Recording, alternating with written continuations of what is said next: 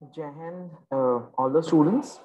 This is the introductory video and the contents which I have completed from your civics first chapter, the Indian Constitution. Maybe some of the students were not able to join the class, so this is for them, and also those who have joined the class. This will be useful for you for your revision purposes. So here I will give you a very quick summary of what we have done in our class. So, students, you all must have been studying about Indian Constitution since last few classes. We all know what is a constitution. In class 8, we will go and study in a little bit more depth about the Indian Constitution, about its features, how was it made, who were the people behind making this huge document, and what were the ideas, what were the thinking while they were making this. So let us go through the slides and let us begin this chapter.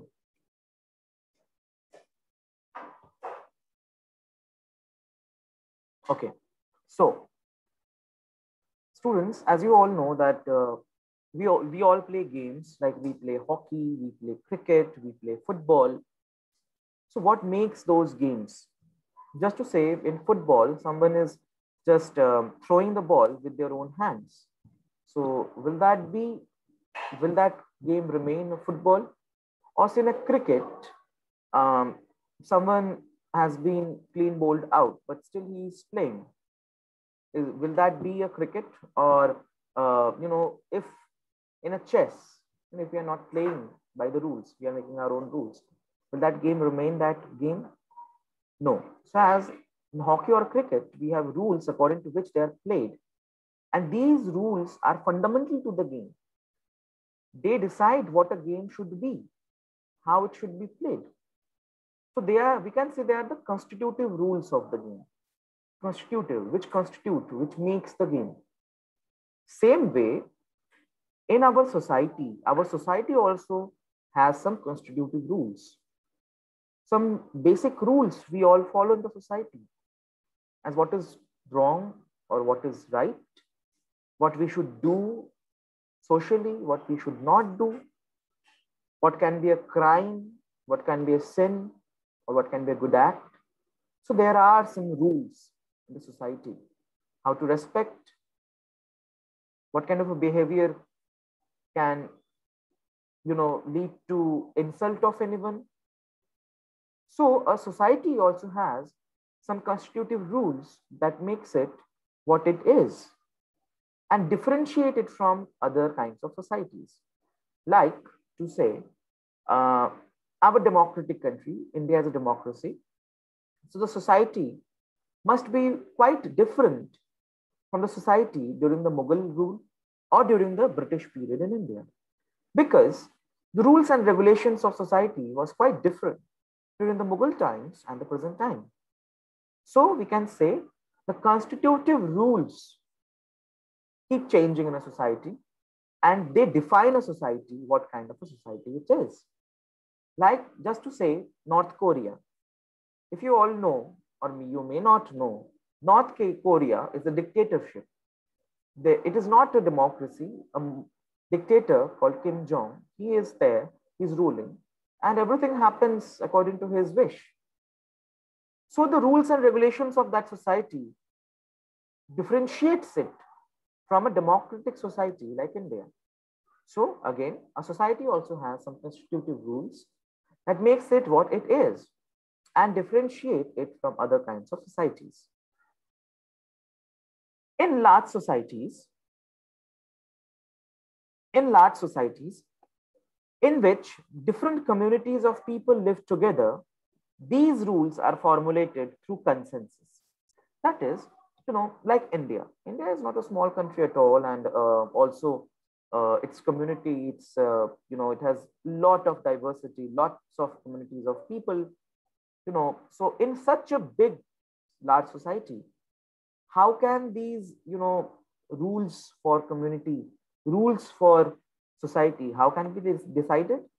So such rules and regulations in a big society is formulated by everyone's consensus. Consensus means when we all gather together, we discuss about things, we debate about things, and then we finally arrive on some decision.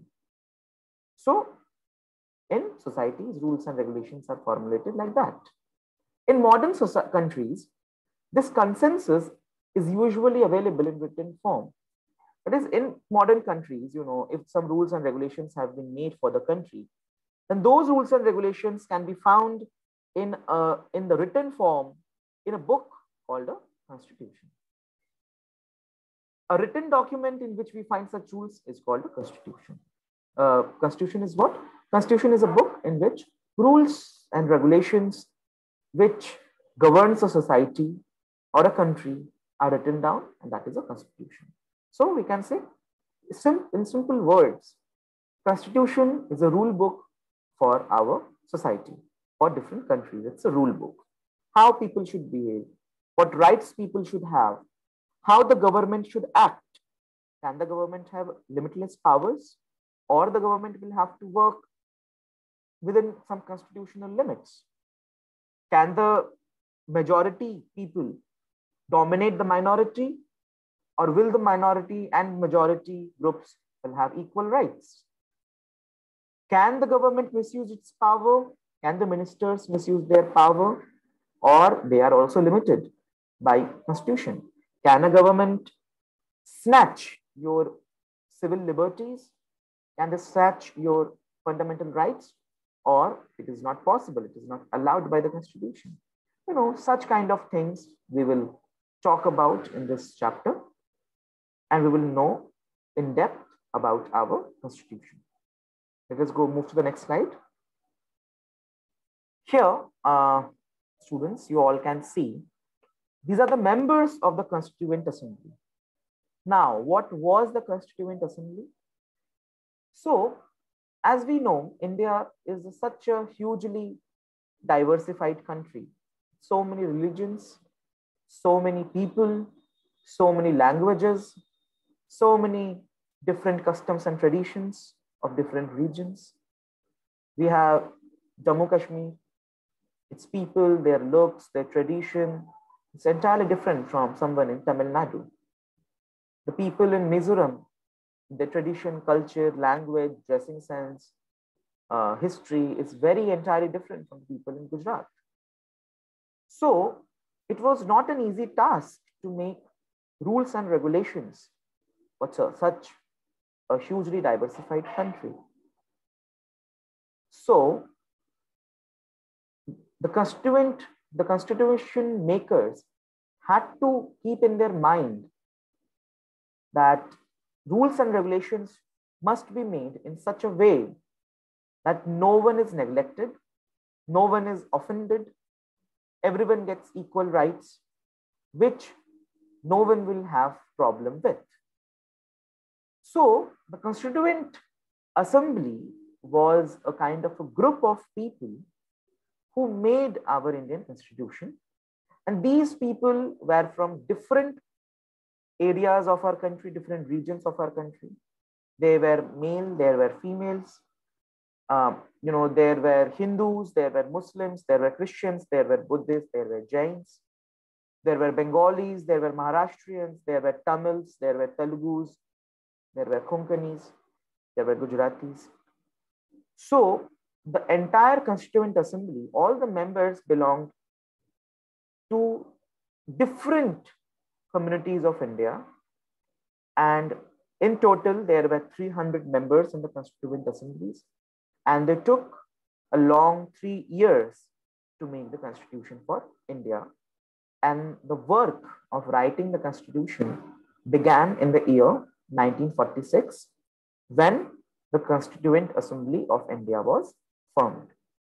Its president was our first president, Dr. Rajendra Prasad. And as we all know, the president or the chairperson of the drafting committee of the Constitution was Dr. B.R. Ambedkar.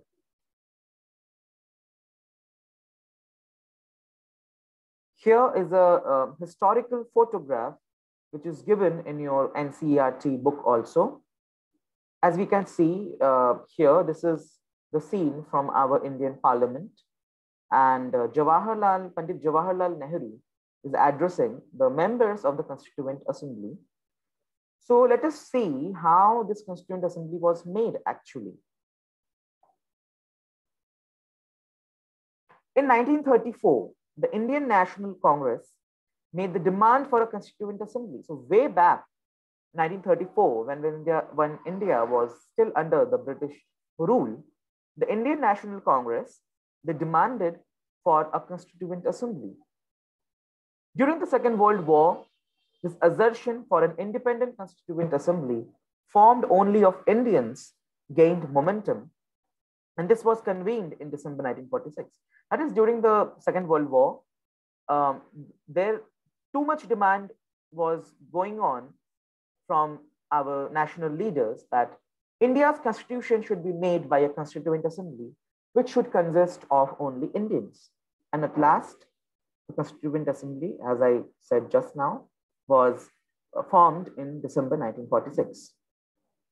Between December 1946 and November 1949, the Constituent Assembly drafted a constitution for independent India. So see, from 1946 to 1949, they took and they made a draft of the constitution, free to shape the destiny at last after 150 years of British rule. At last, after 150 years of oppressive, exploitative British rule, Indians were at last free to make their own destiny. The members of the Constituent Assembly approached this task with the great idealism that the freedom struggle had helped produce.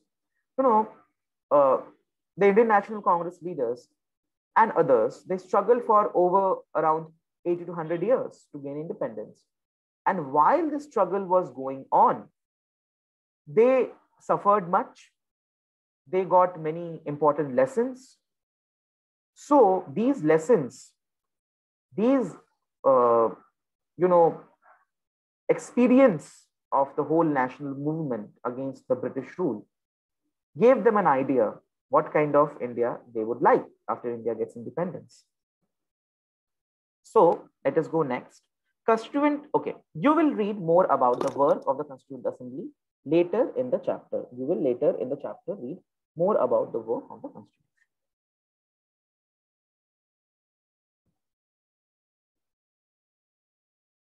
Okay, now, what is Constitution? What a Constitution does?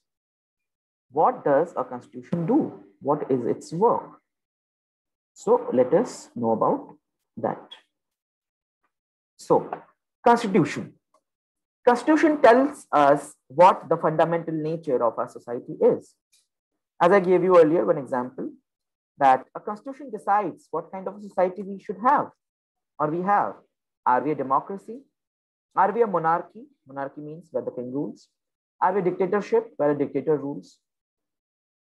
So Constitution decides what is the nature of our society. Then, after deciding what kind of society we should have, it also decides, it lays out certain ideals that form the basis of the kind of country that we as a citizens aspire to live in. That is, it lays down some ideals, some principles, some rules and regulations, which shows that the people of the country want what kind of a country in which they would like to live. Next, the Constitution helps serve as a set of rules and principles that all persons in a country can agree upon, meaning, there are hundreds and hundreds of rules and regulations given in our Constitution. But you will not find that the people of Bengal are in favor of those rules and regulations, and people of, Kerala are not in favor of those rules and regulations. Or people of Jammu and Kashmir are okay with the rules and regulations which are given in the Constitution, and people of Gujarat are not so fine with the rules and regulations. No, it is not like that. All the rules, regulations, principles which are given in the Constitution, are agreed upon by everyone in the country. No one has no problem with those rules and regulations. Everyone are happily follow them. So the basis of the way in which they want the country to be governed. So the rules and regulations in the constitution basically tells us that the people of the country, what kind of a country they want, what kind of a rules and regulation they would like to maintain and would like to follow. So these are the three things which our constitution tells us. So now we would shift our focus to one of our very old and famous neighboring country, which is Nepal. I think everyone knows about Nepal. Everyone has heard about Nepal some way, sometime or other. So always remember this one point, that while all democratic countries are likely to have a constitution, it is not necessary that all countries that have a constitution are democratic. Meaning every country in the world have a constitution, but it is not necessary that all the countries which have a constitution will necessarily be a democratic country. So we will get to know about this concept when we shift our focus to our neighboring country, Nepal.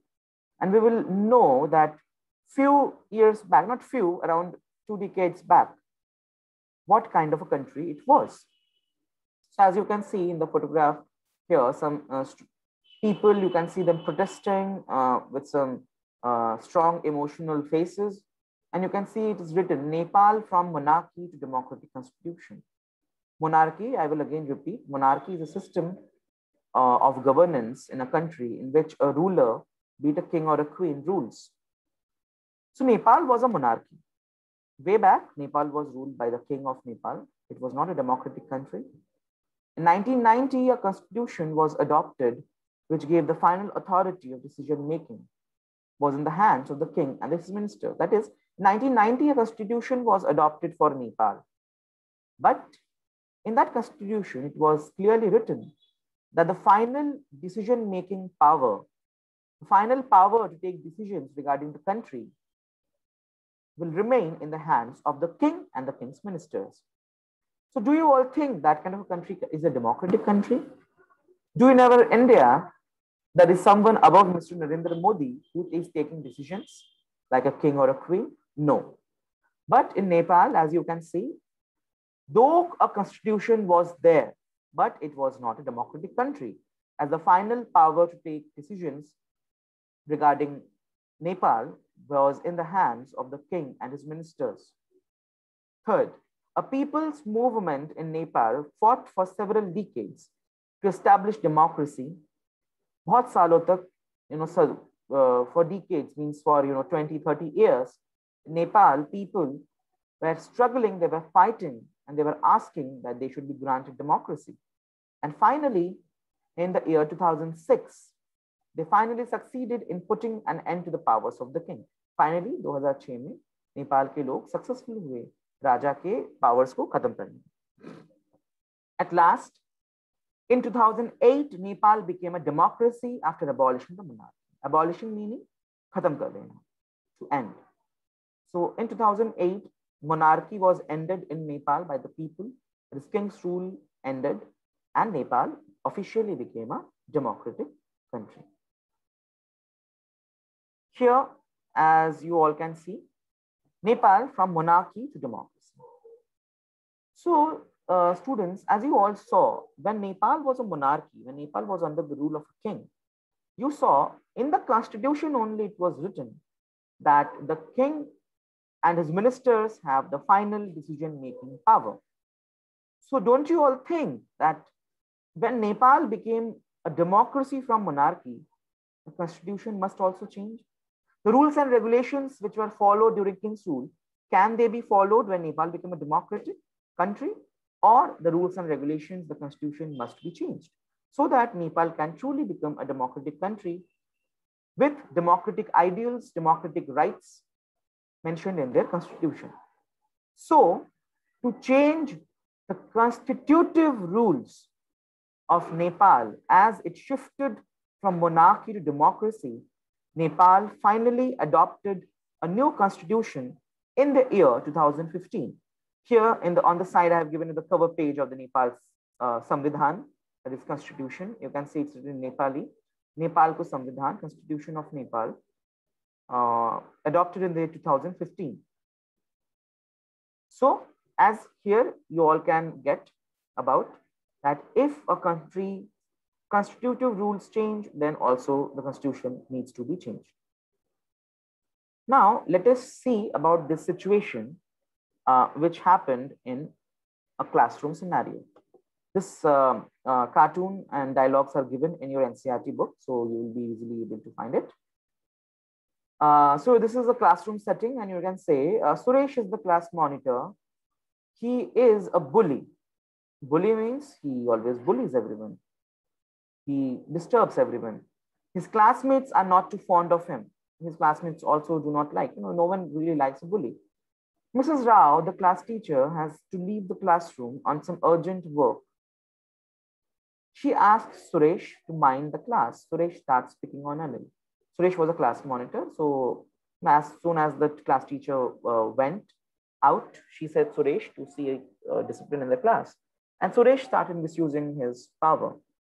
Anil, today I'm going to report you to Mrs. Rao. Anil is saying, but what have I done? As soon as ma'am comes back, ma'am, while you were away, Suresh is saying this, ma'am, while you were away, Anil kept talking loudly and disturbing the class. He would not listen to me. Ma'am is saying, Anil, you will have to stay back after school today. And right, I will not disobey the class monitor 100 times. See, you can see a mischievous smile on Suresh's face. And Suresh is, he cannot do anything. And he's just saying, but ma'am, I did not do anything. So what can you all see from this short conversation? That here, someone who is having power, Suresh is having the power as a class monitor, he is misusing the power. He is totally misusing his own power. In a democracy, we choose our leaders so that they can exercise power on our behalf responsibly. In a democratic country, we choose our own representatives, like we choose our prime minister, we choose the member of parliaments, so that they can act, they can rule on our country on our behalf. But the leaders may misuse their power against people of the country. But at times, it may happen that those people to whom we have given power to rule over us, they may misuse their power against us only, against the people of the country. But this cannot happen, as the Constitution provides safeguard against such injustice. Towards such kind of injustice, if someone is misusing his or her power being in a government position, the Constitution prohibits such kind of a behavior. The Indian Constitution safeguards its citizens against the misuse of power and authority by the government by providing us with fundamental rights. For example, the right to equality. I think everyone knows about fundamental rights. We all have some fundamental rights, which no one can snatch away from us. No one can take away from us, not even the government. So with these fundamental rights, the Constitution protects us from misuse of power by any leader. Next, another important function that a Constitution plays in democracy is to ensure that the dominant group does not use its power against other less powerful people or groups. That is, just to say Hindus. Hindus are the dominant group in India. They're in majority. The Constitution will not allow Hindus to discriminate with Muslims or other minority religions. They will not allow that Hindus will dominate any minority caste or community. It is not possible to do. Let us see next. Tyranny or domination of the majority over minority. Tyranny means किसी को दबा के रखना, किसी को dominate करके रखना, किसी को परेशान करना, किसी को discriminate करना. That is domination of tyranny of the majority or the minority. In many countries, like in your neighboring countries of Pakistan and Bangladesh, many times you will get the report that the Muslim majority is oppressing the Hindu minority. They are breaking their idols, they are breaking their temples, they are forcing them to move out from the country. That is the domination of the majority of the minority. So Majority can continuously enforce decisions that exclude minorities and go against their interest. Majority हमेशा अपने ताकत से, majority की ताकत से हमेशा जो minority के लोग हैं उनके राइट्स को छीन सकता है, उनको चीजों से अलग रख सकता है. So let us see one example which is given in an NCERT to this cartoon. The games period is about to begin. Girls are saying, let's play basketball today for a change. Boys are saying, no, we will play cricket. The teacher decides. The problem with the show of hands. Teacher बोलते हैं सब लोग हाथ खड़ा करो, जितने लोग cricket के लिए चाहेंगे वो लोग हाथ खड़ा करें, जो लोग फुटबॉल के लिए, वो लोग बास्केटबॉल के लिए वो लोग हाथ खड़ा करें. So obviously there are more boys in the class. The girl is saying कि लड़के तो ज्यादा है क्लास में, तो अगर वैसा वोटिंग होगा obviously majority जो है boys की वही जीतेगी. Hey, we have won. The girl is saying we always have to do what the boys want because they are in majority. हमें हमेशा वही करना होता है जो कि लड़के बोलते हैं, क्योंकि वो हमेशा मेजॉरिटी में है. Ma'am should think of another way to make decisions so that our wishes are also heard. Ma'am को दूसरे तरीके से हमारी चीजों को सॉल्व करना चाहिए ताकि हमारी बातें भी सुनी जाए. So students, here you can see in a classroom scenario how there is a discrimination.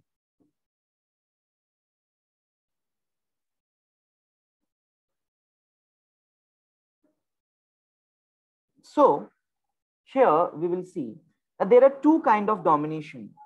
Inter-community domination, one community dominating another, say Hindus dominating Muslims, we can say. That is two different communities, one is dominating another. Next is intra-community domination. Intra-community means members of one community dominating others within the same community.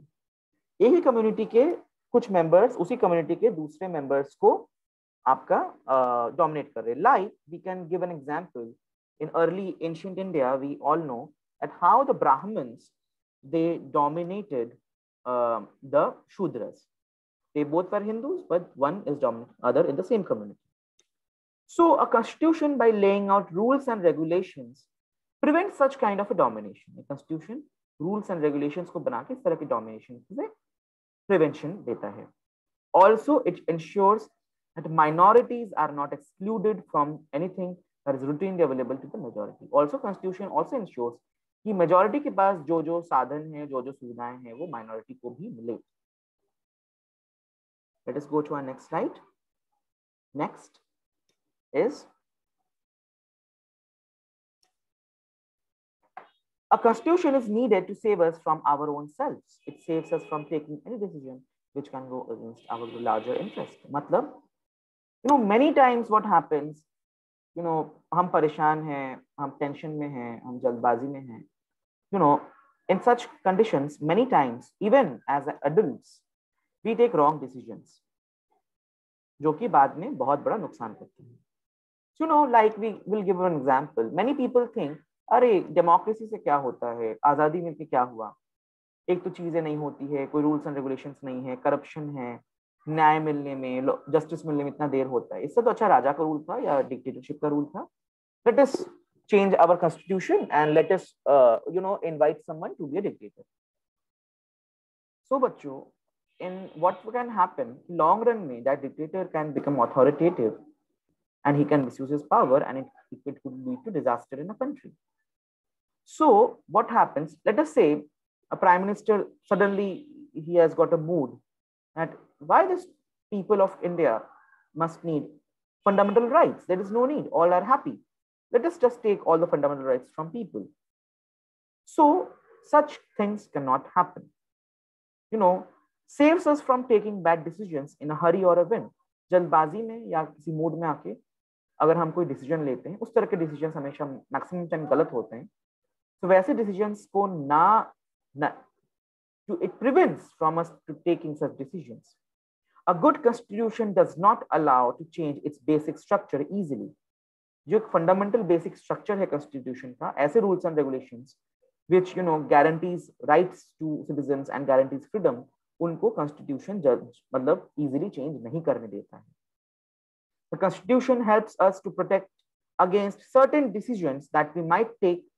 Constitution ऐसे decisions से हमें बचाता है जो कि हम हो सकता है जल्दबाजी में ले ले, but that could have an adverse effect on the larger principles that the country believes in.